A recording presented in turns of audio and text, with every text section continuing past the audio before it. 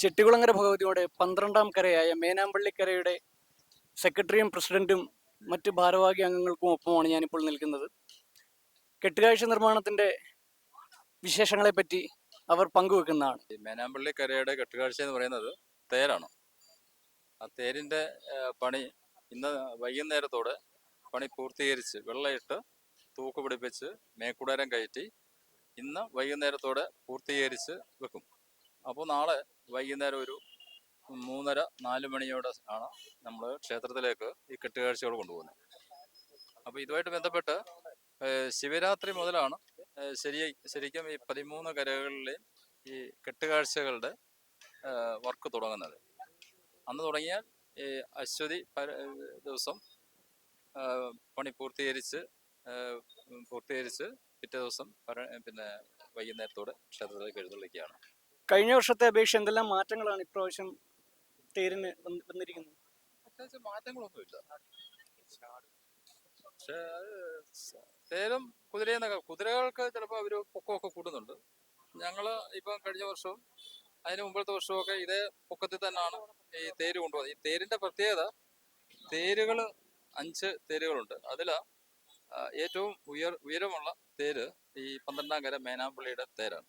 അത് ഈ തേരിന്റെ ഒരു പ്രത്യേകതയാണ്. പിന്നെ അതേപ്പറ്റി കൂടുതൽ വിശദമായിട്ട് അദ്ദേഹം സംസാരിക്കും. ഞങ്ങളുടെ ഈ കരയുടെ ട്രഷററും പിന്നെ ഇതിന്റെ പ്രധാന തേര് നിർമ്മാണത്തിന്റെ ഭാരവാഹിയാണ്. അദ്ദേഹത്തിനാണ് ഒരു ഉത്തരവാദിത്വം, പാരമ്പര്യമായിട്ടുള്ള ഉത്തരവാദിത്വം അദ്ദേഹത്തിനാണ്.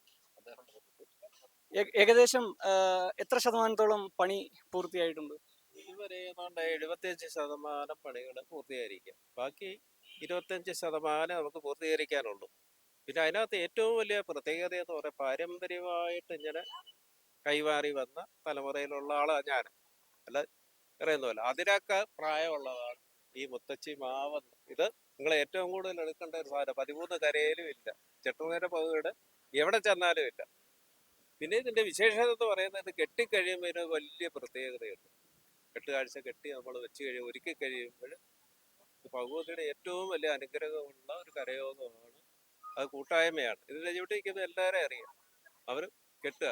ബാക്കി എല്ലായിടത്തും നമുക്കറിയാം, ഒരേ കരകളിൽ നിങ്ങൾ അന്വേഷിക്കുമ്പോൾ അറിയാം ആരൊക്കെ അത് ചെയ്യുന്നത്. ഇവിടെ അതല്ല, എല്ലാവരും കൂട്ടായിട്ട് ജനങ്ങളെല്ലാം ചേർന്ന് കെട്ടുക. അത് കൂട്ടായിട്ടാണ് നമ്മൾ വലിച്ചോണ്ട് പോകുന്ന കാര്യങ്ങൾ.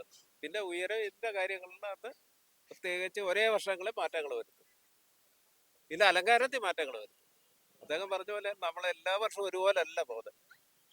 എൻ്റെ ചെറുപ്പത്തിൽ ഇത് ഇതിനൊക്കെ ഒത്തിരി ചെറുതായിരുന്നു. പിന്നെ ഞാൻ വന്നതിന് ശേഷമാണ് ഇത് തട്ട് പൊക്കി. ഇതിന് വ്യത്യാസങ്ങളൊക്കെ ഒത്തിരി വരുത്തിയിട്ടുണ്ട്. ഇനി അടുത്ത കൊല്ലം ഇത് മാറ്റം വരും. അത് മനസ്സിലുണ്ട്.